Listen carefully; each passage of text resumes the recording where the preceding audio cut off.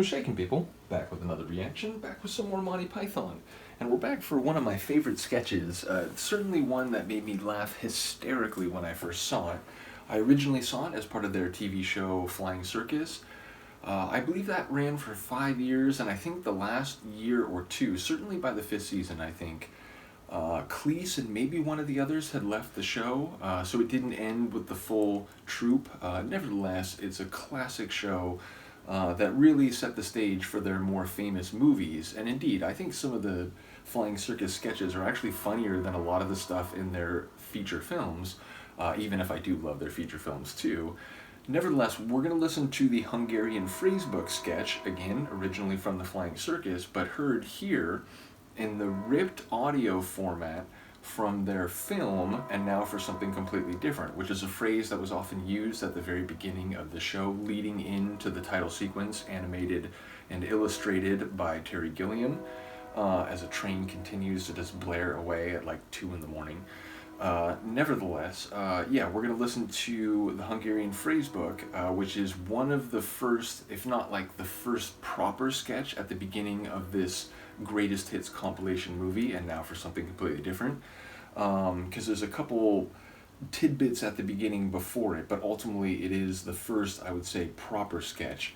In any case, the premise is that a sketchbook, a Hungarian translation phrase book, has been dubiously and mischievously constructed such that it leads people to say phrases that are grossly inappropriate in both English and Hungarian. So basically the idea is that simple phrases like "can I have a pack of cigarettes" has been translated such that it has a sexual meaning in the other language, and vice versa.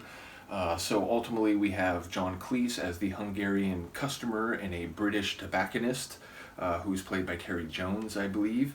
And so ultimately he's simply trying to buy tobacco, and yet the phrases that the book is telling him to say are very naughty, and Terry Jones's character is quite perplexed and eventually very bothered by what the customer is saying. And ultimately this leads to a court case where we get to the bottom of why this bizarre interaction has happened.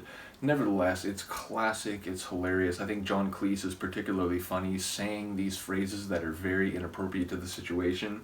And then I won't spoil it, but after the court case we get a sort of, let's say, punchline or a gratuity right on the end of the whole bit. So let's listen. This is Monty Python, the audio ripped from the, and now for something completely different, film of the Hungarian Phrasebook sketch. Wonderful. Oh, really? In 1971, the British Empire lay in ruins. Foreigners frequented the streets, many of them Hungarians. Not these streets, the foreign nationals. Anyway, many of these Hungarians went into tobacconists to buy cigarettes. There you go.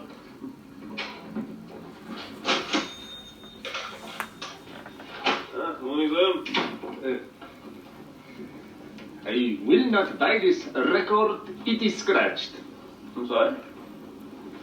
I will not buy this record, it is scratched. No, this is the tobacconists. Tobacconists. Ah! I will not buy this tobacconists, it is scratched. No, tobacco, cigarettes. Cigarettes? Cigarettes. Yeah. My hovercraft is full of eels. Huh? My hovercraft is full of eels. Ah, matches. Yeah, matches. Do you want? Do you want? Want? Do you want to come back to my place, bouncy? That'll be 6 shillings, please. If I said you had a beautiful body, would you hold it against me? I am no longer infected. May I? Yeah. It costs 6 shillings. Costs 6 shillings. 6 shillings. 6. Yendelavasa, Grudenwi, Stravenka. Oh!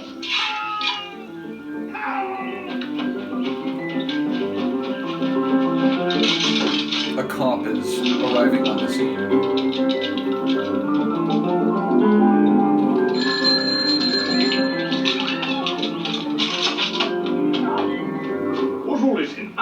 You have beautiful thighs. What? He hit me. Drop your panties, Sir Arthur. I cannot wait till lunchtime. Oh, wow. Right! Oh, my nipples explode with delight. The Hungarian gentleman was subsequently released, but it was his information that led to the arrest and trial of the real culprit. I am. You are hereby charged that on the 28th day of May, you did willfully and with malice aforethought publish an alleged English-Hungarian phrasebook with intent to cause a breach of the peace. How do you plead? Not guilty. Mr. York, on the 28th of May, you published this phrasebook. I did. With your lordship's permission, I would like to quote an example. The Hungarian phrase meaning, "Can you direct me to the railway station?" is here translated by the English phrase, "Please fondle my buttocks." Please fondle my buttocks. Ah, yes, past the post office, 200 yards down, and then left at the lights. So yes, that is the silly coda on the end of the bit. I do enjoy both the escalating nature of it. At first, it's just a misassigned phrase, the idea he's trying to buy a pack of cigarettes, but the book is telling him to say that I won't buy this record, it is scratched, which if you're in the used record business, hey, you know, you got to work with what's available.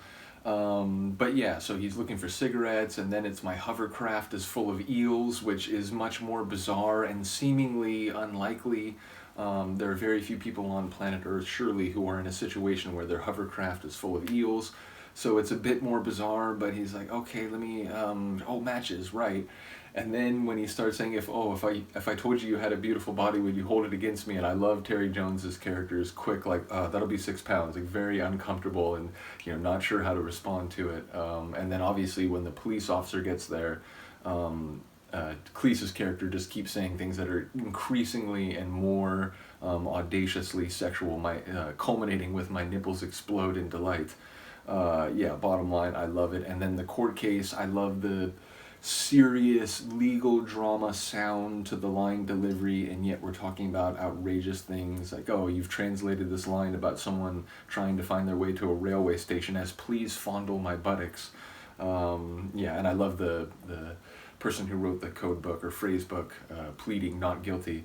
Yeah, just a classic. I really love that one. We'll go through some of the more bits that are in here. One that I want to do for sure is the self-defense training course, which I talked about at the end of Nudge Nudge when I reacted to that, which that one is taken when I reacted to it from the final ripoff, and I think following it is the lifeboat sketch. But I mentioned at the end of that reaction that when I think of Nudge Nudge, I think of it in this articulation because, I don't know, I assume I had seen it in Flying Circus, but when I think of Nudge Nudge, I think of it from this particular compilation of, you know, their greatest bits from Flying Circus and now for something completely different film, and in that one, Nudge Nudge goes straight into the self-defense training course, so yeah, I want to go back and do that one because I think it's absolutely hilarious. Nevertheless, let me know what you think of this. I will see you next time. Peace.